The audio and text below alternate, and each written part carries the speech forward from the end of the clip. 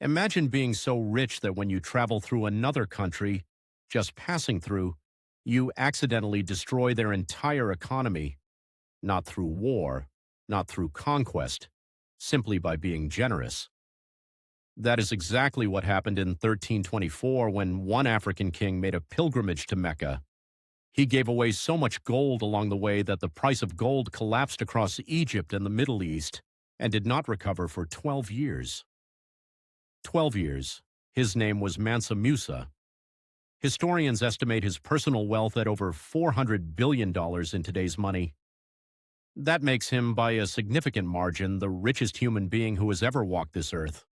Richer than Elon Musk, richer than Jeff Bezos, richer than any king, pharaoh, or emperor in recorded history, and most people have never heard his name. Today we are going to change that. This is the story of Mansa Musa, emperor of the Mali Empire, ruler of more gold than the world had ever seen, builder of one of the greatest centers of learning in human history, and a man who, in a single journey, placed Africa permanently on the map of the medieval world. Welcome to History Unveiled, where we uncover the African stories that history forgot to tell. Stay with us, because this story will change the way you see Africa and the world. Musa Keita was born around 1280 in the heart of West Africa, into the royal family of the Mali Empire. He was not supposed to be king. The Mali Empire had an unusual succession system. When a king went on pilgrimage to Mecca, a religious duty for Muslim rulers, he would appoint a deputy to govern in his absence. If the king returned, the deputy stepped aside. If the king never came back, the deputy became the next ruler. The king before Musa was Abu Bakr II, a man with an extraordinary and haunting story of his own. Abu Bakr was obsessed with one question: what lay beyond the Atlantic Ocean? In 1311, he assembled a fleet of 2,000 boats, loaded them with supplies, and sailed west into the unknown. He was never seen again. Some historians believe he may have reached the Americas over 180 years before Columbus. We will never know for certain. What we do know is that Musa, his deputy, his successor, was now emperor of the wealthiest kingdom on the face of the earth. He was approximately 25 years old, and he had no idea yet what he was about to do with that power. To understand Mansa Musa, you first have to understand the Mali Empire. At its height under his rule, the Mali Empire covered an area larger than Western Europe. It stretched across what is now Mali, Senegal, Gambia, Guinea, Niger, Nigeria, Chad, and Mauritania, a vast territory of savanna, desert, and river valleys. And beneath this land was something the entire medieval world wanted desperately: gold. The Mali Empire controlled the Bambuk and Bure gold fields, which together produced roughly half of the world's entire gold supply. Every gold coin in Europe, every gold trinket in the Middle East, much of it passed through Mali. But it was not just gold.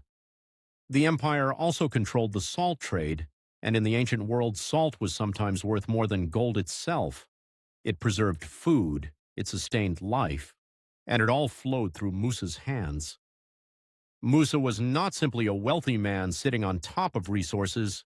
He was a brilliant ruler. He reorganized the imperial government, standardized weights and measures for trade, strengthened the military, and expanded the empire to its greatest ever size, incorporating 24 cities, including the legendary Timbuktu. He was, by any measure, one of the most powerful rulers in the world, not just in Africa, in the world. In 1324, Mansa Musa announced that he would make the Hajj, the pilgrimage to Mecca required of all Muslims who are able. But this would be no ordinary journey. He assembled a caravan of 60,000 people. 60,000. This included 12,000 personal servants, each dressed in fine Persian silk and carrying a golden staff. 500 heralds marched ahead of him, each carrying a golden staff weighing over 6 pounds. 80 camels followed, each loaded with between 50 and 300 pounds of pure gold dust. The procession stretched so far that people at the front had arrived at their destination before people at the back had even left. As the caravan moved through West Africa and into North Africa, Musa gave. He gave to the poor lining the roads. He gave to local rulers as a gesture of respect. He gave to mosques, to scholars, to merchants. In every city he passed through, he distributed gold freely and joyfully. When he reached Cairo, he gave so generously and so continuously that he flooded the Egyptian gold market. The supply of gold suddenly far exceeded demand. The value of gold collapsed. Prices rose. Merchants lost fortunes. Arab historians writing at the time recorded the economic disruption in detail. Egypt's economy took 12 full years to stabilize. One man's generosity had caused an economic crisis in one of the world's most powerful nations. Word spread immediately through the Arab world, through North Africa, through trading routes that reached deep into Europe. An African emperor of unimaginable wealth had just walked across the known world, and the world would never see Africa the same way again. When Mansa Musa returned from Mecca, he brought back with him some of the greatest architects, scholars, and poets of the Islamic world. Chief among them was Abu Ishaq al-Sahili, a renowned Andalusian architect who would transform the physical face of the Mali Empire. Together they built. Musa poured his wealth into the city of Timbuktu, constructing the magnificent Jinguereber Mosque, which still stands to this day, almost 700 years later. He built the Sankore Mosque and University Complex, which grew into one of the greatest centers of learning in the medieval world. At its peak, the University of Sankore had over 25,000 students. Its library held between 400,000 and 1 million manuscripts, covering mathematics, astronomy, medicine, history, and theology. At a time when most of Europe was in the Dark Ages, Timbuktu was producing scholars, surgeons, and philosophers. Mansa Musa's pilgrimage had another lasting consequence.